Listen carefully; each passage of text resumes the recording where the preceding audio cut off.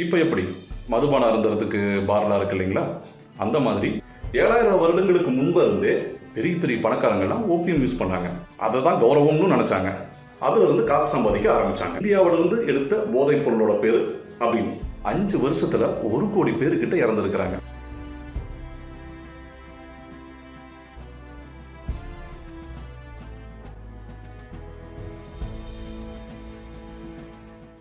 வணக்கம், நான் பிரபு நித்யானந்தம்.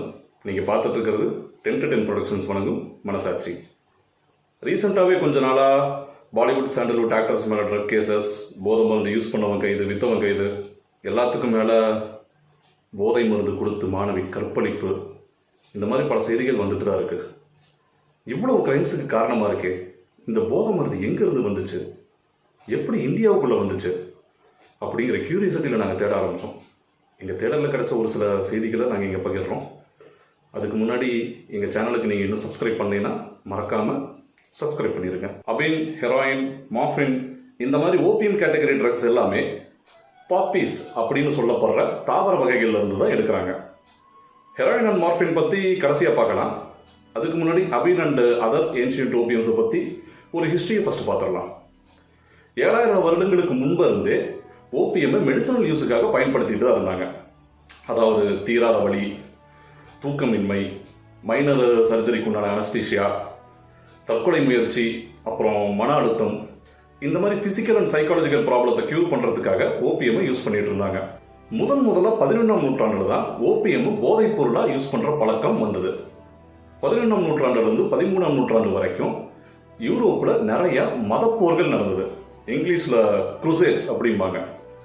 அந்த போரில் கலந்துக்கிட்ட வீரர்கள் தான் முதலாக ஓபிஎம்மை போதைப் பொருளை பயன்படுத்த ஆரம்பித்தாங்க.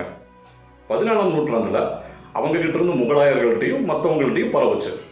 ஆனால் அப்பவும் மன்னர்களும் போர் வீரர்களும் மட்டும்தான் பயன்படுத்திட்டு இருந்தாங்களே தவிர பொதுமக்கள் பயன்பாட்டுக்கு அது வரல. 19ஆம் நூற்றாண்டோட துவக்கத்தில் தான் ஓபிஎம் யூஸ் பண்ணுறது அப்படிங்கிறது ஒரு பெருமைக்குரிய ஆடம்பரமாக கருதப்பட்டுச்சு.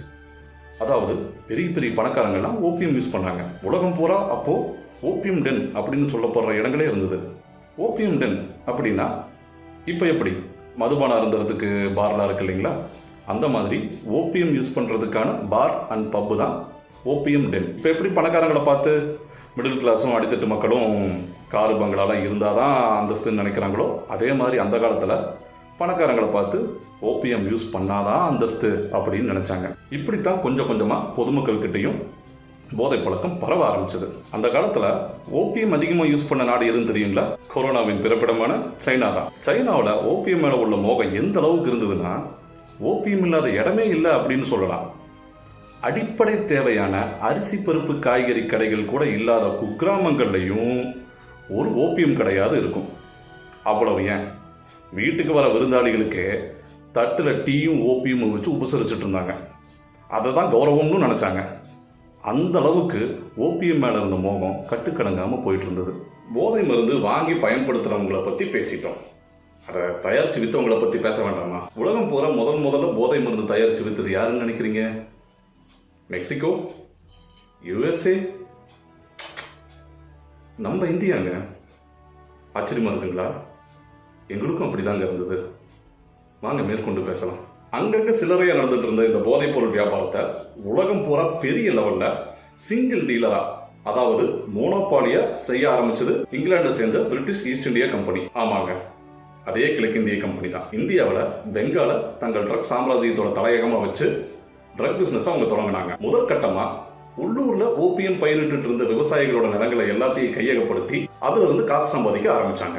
இந்த இடத்துல ஒரு சின்ன தகவலை நாங்க சொல்லியே ஆகணும். அதாவது அந்த காலத்துல இந்தியர்கள் கிட்ட போதைப் பொருள் பழக்கம் இல்ல. முகலாய நாட்டில இருந்து படையெடுத்து வந்த முகலாய மன்னர்கள் கிட்டையும் போர் வீரர்கள் கிட்டையும் மட்டும்தான் ஓபிஎம் யூஸ் பண்ற பழக்கம் இருந்துச்சு.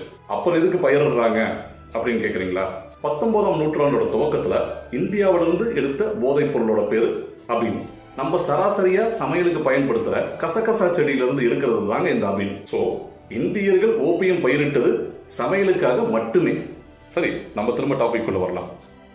கிழக்கிந்திய கம்பெனி விவசாயிகளை கொள்ளையடிச்சு போதைப் பொருள் உற்பத்தி பண்ணி அதை சைனா உட்பட உலகம் பூரா எல்லா நாடுகளுக்கும் ஏற்றுமதி செஞ்சு விற்க ஆரம்பிச்சாங்க. அந்த டைம்ல தான் டேவிட் சசூனோட என்ட்ரி. யார் இந்த டேவிட் சசூன்? டேவிட் சசூன் பாக்தாதை சேர்ந்த ஒரு யூதர். பார்சிகள் அந்த காலகட்டங்களில் நிறைய யூதர்கள் அங்கே கொண்டு குவிச்சதால 1832 டேவிட் சசுன் தன் குடும்பத்தோட அங்கிருந்து தப்பி இந்தியாவுக்கு வந்துட்டாரு. ஆரம்பத்தில் மும்பையில் கமிஷன் பேசிஸில் டெக்ஸ்டைல் பிஸ்னஸ் ஆரம்பித்த அவர் ட்ரக் பிஸ்னஸ்லையும் நுழைஞ்சாரு. நம்ம நாட்டில் இயற்கை வளங்கள் நிறையா இருக்கிறதால மற்ற நாடுகள் உற்பத்தி பண்ண போதைப் பொருள் தரத்தில் தோத்து போச்சு. இதனால் கிழக்கிந்திய கம்பெனியோட ப்ராஃபிட்டும் பல மடங்கு பெருகுச்சு.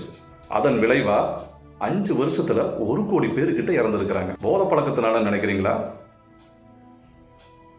பசி பட்டினியால் கிழக்கிந்திய கம்பெனி தன்னோட கண்ட்ரோலில் இருந்த எல்லா இடத்துலையும் படிப்படியாக நெல் உற்பத்தியை தடை செஞ்சு விவசாயிகளை வலுக்கட்டாயமாக ஓபியம் பயிரிட வச்சாங்க. அதனால் பஞ்சம் தலை விரிச்சாடி பசிப்பட்டினியோட 1 கோடி பேர்கிட்ட இறந்து போயிருக்கிறாங்க. ஈஸ்ட் இந்தியா கம்பெனியோட பிஸ்னஸால் உள்ளூரில் இருக்கிற உற்பத்தியாளர்கள் பாதிக்கப்படுறதாலையும் லோக்கல் டீ பிஸ்னஸ் பாதிக்கப்படுறதாலையும் சைனா ஈஸ்ட் இந்தியா கம்பெனியோட எல்லா இம்போர்ட்ஸையும் தடை பண்ணாங்க. அது மட்டும் இல்லாமல் போதைப்பொருள் விற்பனையும் சைனாவில் தடை பண்ணாங்க. சீன அரசோட இந்த தடையை எதிர்கொள்றதுக்காக ஈஸ்ட் இந்தியா கம்பெனி அவங்க உற்பத்தி பண்ணுற அபின் எல்லாத்தையுமே ஏலத்தில் விட்டாங்க. அதுக்கு அவங்க போட்ட ஒரே கண்டிஷன், ஏலத்தில் எடுக்கிறவங்க அதை கள்ளக்கடத்தல் மூலமாக சீனாவில் போய் விற்கணும் அப்படிங்கிறது தான் அந்த கண்டிஷன். வை ஸ்பெசிஃபிக்கலி சைனா? ஏன்னா இங்கிலாண்டில் சைனாவோட டீக்கு பெரிய டிமாண்ட் இருந்தது. டீ இல்லாமல் அவங்களால இருக்க முடியல. ஸோ எக்கச்சக்கமாக டீயை சைனாலேருந்து இம்போர்ட் பண்ணாங்க. ஆனால் பதிலுக்கு சைனா எந்த ஒரு பிரிட்டன் ப்ராடக்ட்ஸையும் வாங்கிறதுக்கு இன்ட்ரெஸ்ட் காட்டவே இல்லை. அவங்களோட அக்ரிமெண்ட் என்னதுன்னா, நாங்கள் உங்களுக்கு டீ தரோம், பதிலுக்கு நீங்கள் எங்களுக்கு சில்வர் தாங்க அப்படிங்கிறது தான். போயும் டீக்காக அவ்வளோ காஸ்ட்லியான சில்வரை கொடுக்கணுமா? இப்படியே கொடுத்துட்டு இருந்தோம்னா நம்ம நாட்டில் சில்வரே இருக்காதே அப்படிங்கிற கோவம் விக்டோரியா மகாராணிக்கு. ஸோ இல்லீகலாக ஓபிஎம் சைனாவில் விற்று அதிலிருந்து வர சைனா கரன்சியை வச்சு டீ வாங்கலாம் அப்படிங்கிறது தான் பிளான். இந்த சந்தர்ப்பத்தை யூஸ் பண்ணி டேவிட் சசுன் பயங்கரமாக சம்பாதிச்சாரு. அவரோட கம்பெனியான டேவிட் சசுன் அண்ட் கோவுக்கும் அவரோட போட்டி கம்பெனிகளான ஜார்டன் மேக்சன் அண்ட் கோ அப்புறம் டென்ட் அண்ட் கோவுக்கும் இடையில எக்கச்சக்க கேங் வார்ஸ் நடந்தது. ஆமாங்க, ட்ரக் மாஃபியான்னு சொல்லுவோம் இல்லை, அதுக்கு அந்த காலத்துலேயும் பிள்ளையார் சொல்லி போட்டாங்க.